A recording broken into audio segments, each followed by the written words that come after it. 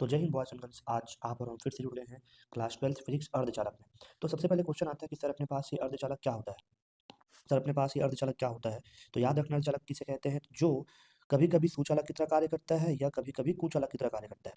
जो कभी कभी सुचालक की तरह कार्य करता है, जो कभी कभी सुचालक की तरह कार्य करता है। तो अर्धचालक के प्रकार कितने प्रकार के होते हैं अपने पास। अर्धचालक जो अपने पास होता है वो दो प्रकार का होता है। पहला अपने पास होता है नैज अर्धचालक, दूसरा अपने पास होता है अच्छा नैज अर्धचालक को हम लोग और क्या बोलते हैं, शुद्ध अर्धचालक या आंतरिक अर्धचालक भी कहते हैं।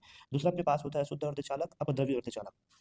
तो सबसे पहले क्वेश्चन आता है, नैज अर्धचालक या शुद्ध अर्धचालक या आंतरिक अर्धचालक किसे कहते हैं। तो याद रखना, नैज अर्धचालक उस चालक को कहते हैं जिसकी चालकता अपने निज गुण के कारण होती है, किसी अन्य परमाणु या अशुद्धि के कारण नहीं।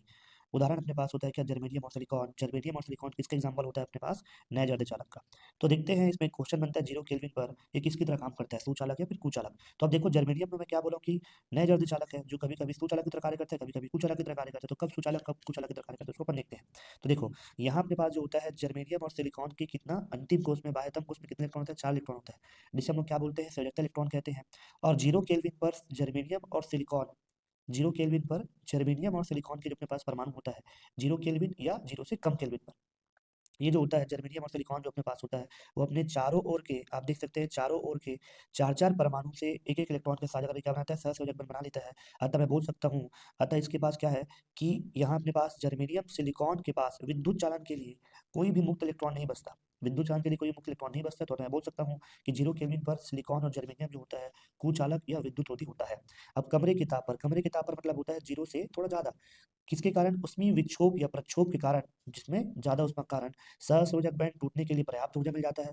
तो पर्याप्त ऊर्जा मिलने से क्या होता है, सहसंयोजक बंध टूट जाता है और वहां पर एक इलेक्ट्रॉन मुक्त होता है। एक इलेक्ट्रॉन देख सकते हैं आप लोग मुक्त होता है। जब एक इलेक्ट्रॉन मुक्त होता है तो वहां पर क्या बन जाता है सर, वहां पर बन जाता है होल। उसे होल हम लोग क्या बोलते हैं, विवर कहते हैं। तो जितना इलेक्ट्रॉन निकलता है उतना ही अपने पास क्या बन जाता है, मुक्त इलेक्ट्रॉन बन जाता है। जितना इलेक्ट्रॉन निकलता है उतना अपने पास क्या बन जाता है, मुक्त इलेक्ट्रॉन बन जाता है। तो मैं बोल सकता हूँ कि नैज अर्धचालक में होल की संख्या और इलेक्ट्रॉन की संख्या अपने पास क्या होता है, बराबर होता है। तो हम लोग बोल सकते हैं कि आवेश वाहक कौन कौन सा होता है इसमें, इसमें अपने पास आवेश वाहक होता है, होल और इलेक्ट्रॉन दोनों ही होते हैं। तो एक चीज हमको ये पता चला कि नैज अर्धचालक जो होता है 0 केल्विन पर कुचालक की तरह कार्य करता है, और और जो है कमरे के ताप पर सुचालक की तरह कार्य करता है। कैसे, एक बार देखेंगे, ध्यान से देखेंगे। अगर यहाँ पर देखेंगे आप लोग, यहाँ अगर आप देखने की कोशिश करेंगे तो यहाँ से अपने पास एक इलेक्ट्रॉन निकला, तो यहाँ पर होल बन गया। अब ये देखो, ये तो होता है प्लस, अब ये क्या करेगा, ये सामने वाले इलेक्ट्रॉन को खींचता है यहाँ से, तो इलेक्ट्रॉन फिर मूव करना चालू कर देगा, तो यहाँ पर फिर से होल बन जाएगा। अब ये क्या करेगा, ये जो अपने पास होता है ना, फिर से इलेक्ट्रॉन खींचने की कोशिश करेगा। तो इस प्रकार इलेक्ट्रॉन और होल दोनों गति करते हैं।